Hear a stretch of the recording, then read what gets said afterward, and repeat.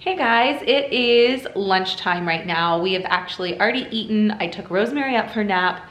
I cleaned up. Juliana actually just asked for more food, but typically now we're just gonna jump into like our homeschool lesson for the day. Juliana calls it learning school and she does it with like the little cutest accent. I just love it.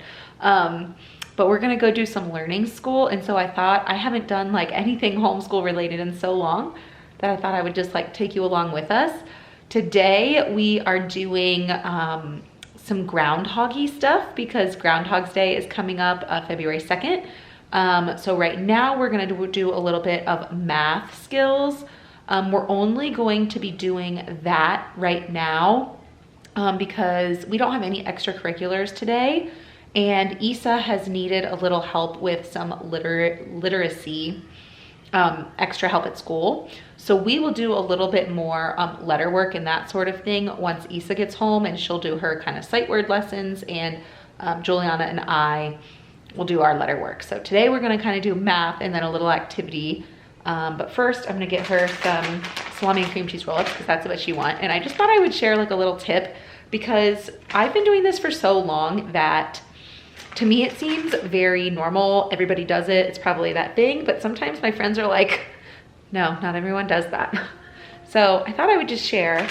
Anytime I get a packet of salami, like lunch meat, the first time someone asks for salami cream cheese roll-ups, I will go ahead and just make salami and cream cheese roll-ups out of all of the salami that we have. And then I'll store it back in that bag. That way, anytime someone wants them later, I don't have to go through and like make them all again. I already have them kind of pre-made, staying nice and fresh in here.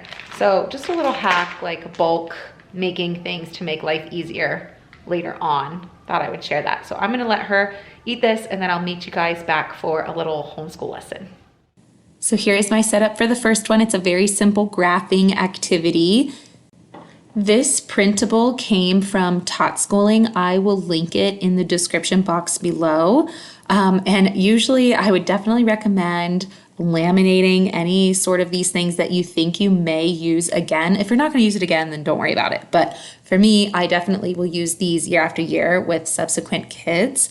I didn't have time to laminate it this week, so I didn't, which is why there's like a little thing on the side there that says how many, and you can write the number in after you do the graphing part.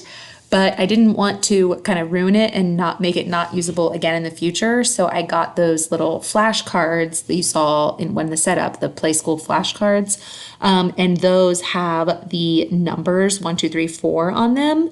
And so then at the end of this activity, she goes ahead and matches the number to the number, of counted groundhogs.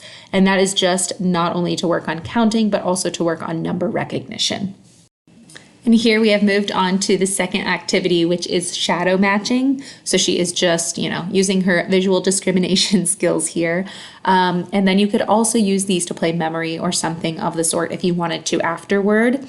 And I just wanted to mention that, so what happened after we finished the first activity, the math graphing, while I set up this one, I had her go jump on the couch. She is just very energetic. She does not sit still well. So we do this in very small bursts. Kids are different. My first one that I homeschooled was not like that. She would sit so patiently. She would just want to be involved in the process. Juliana's more needs to be up and moving. We do a lot of gross motor activities in her learning. And when we do table work, she often takes breaks to go jump around or whatever. So I just wanted to share that because I don't want you to think that if you have a child with that personality that you still can't homeschool. You just might need to do it a little differently and take jumping breaks or add, gross motor into your learning.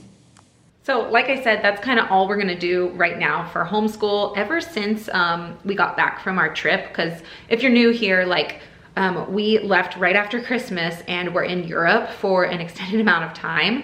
And so ever since we got back, we have not gotten all the way back on our homeschool routine or typical schedule yet.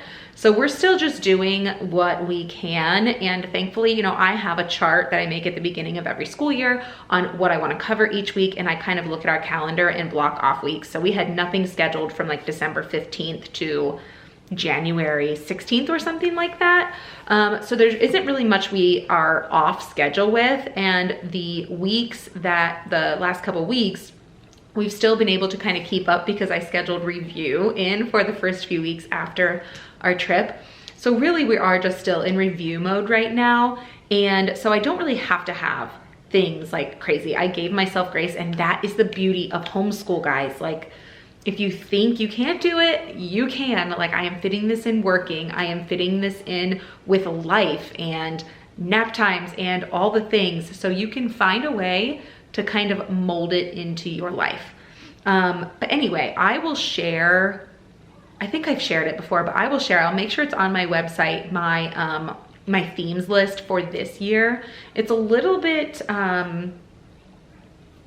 like I did this year. Juliana is a tricky age because she is 3 right now, but when we started the school year, she was only 2. So whereas Isabel, she starts the school year like 6 months into her age. So, and she's mature for her age and like learns differently than her. So they're on a little bit of a different track. Like, so she's different than where Isabel was at this age. So I have tweaked them a little bit for that. But anyway, I will just try to post on my website if you're interested in seeing what our year looks like and what themes we're doing and what we're covering each week and that sort of thing. So next week, I think, is probably where we'll get kind of back into our full routine now that we're really settled. And as you can see, like, our trees are still up. I mean, I would honestly keep trees up all year round if Dan would let me. I did get all of our other Christmas stuff put away over the weekend, but the trees are still up. So we still have these 2 here, the main one in the other room, and then the one in our bedroom. And I tried to convince him that we needed like a Valentine tree, and then like a St. Patrick's tree, and a Lenten tree, and an Easter tree, and a 4th of July tree, and all the things. I was trying to tell him how cool it would be. He didn't agree. So we will be putting them away eventually, but I'm not going to put them away. I'm just gonna wait and see how long it takes Dan to put them away. But anyway, there is just a short window for Valentine's Day as well. And so I do have just a couple of decorations that I want to get out before kind of Valentine's is already over. So that's what I'm gonna spend this small window of the rest of my lunch break before I have to hop back onto work. So if you wanna see what I got. All right, so this really is like the extent of my Valentine decor. I really do not have a lot. This bar area, sorry, the lighting's gonna be horrible because it's all windows, but this bar area is like the main place that I'm gonna decorate this year, and maybe just like 1 or 2 of these things spread elsewhere. But this is gonna be the main focus because I just have so little.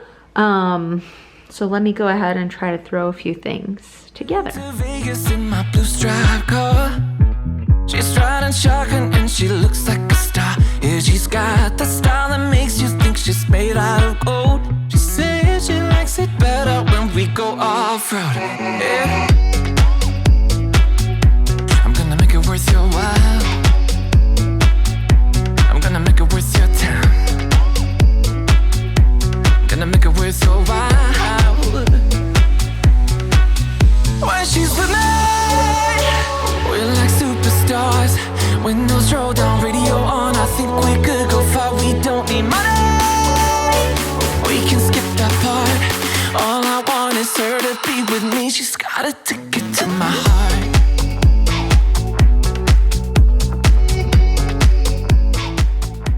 I got these chalk markers for Christmas and I am just absolutely loving them. They write so well. The only thing I don't like is that the cap doesn't really fit well on the end, but I will link them because they are great if you like to do chalk drawing. So here it is, super simple. I mean, I've just been wanting to do this for basically since we got back. Just adding those cute little accents to brighten your day when you go to grab your cup of coffee. We have fast forwarded now, it's like bedtime, well, just before bedtime, but we are up here and I'm gonna put away a little bit of laundry while the girls play. They are all kind of here playing. They actually have, wow, you guys all have something from Lovevery right now. I was just gonna show you like our little setup nowadays. I don't think I've shown you, but this is, all of these actually are pieces from the 22 to 24 month, I think it's called the companion kit. This one is like a This one. little, you know, stick the thing in the hole type thing, fine motor situation. Rosemary doesn't necessarily always pay attention to the color, but Isabel likes to do the different patterns and follow the colors. Rosemary just loves putting them in. This, if you watched our travel vlog, you know that like this little set is Rosemary's favorite piece from that whole set. It has the animals with the matching cards. If anyone has Mr. Gorilla, let me know. Maybe I'd buy it from you because we lost Gorilla on our trip and Rosemary is so sad about it and she's protective of those. And what are you doing, Joel? Oh, did you get them all in there? Yeah, but I just tacked them on a pile. Oh, cool. That one's like a transferring fine motor pincher, like working on tweezer grasp, that one. And there's more too, but these are just part of the kit. We like this one a lot, the companion kit. So anyway, I don't think I've shown you guys this room since the girls moved in here. This used to be our master bedroom and we switched with the girls. So now they're in here and this is our setup. We are not done. Things are still a little bit chaotic. So I'll probably do a room tour once things get a little bit more like set in stone and in place. But so far, this is what we have going on. They just like love carpet time here. But for their shelves, I'll show you here the system that we've started. Again, it's still a mess, but I have like here, this is like Isabel's shelf. So in here are like toys that she likes to play with and she can pull down. And then these are kind of more her level books. Juliana has her own little toy box situation kind of in here and then her level books. And then Rosemary, same situation. Oop, hold on, babe. 1 second. Her kind of books. And then this is like Rosemary's toys. So here you go. Here's more of the Love Every kit. Yeah, this whole kit she really likes right now. So they're like all in her toy box. Down here we have like their little dollhouse. Again, well, this is missing. The key is missing. Oh no, if anyone has a key, we need that too.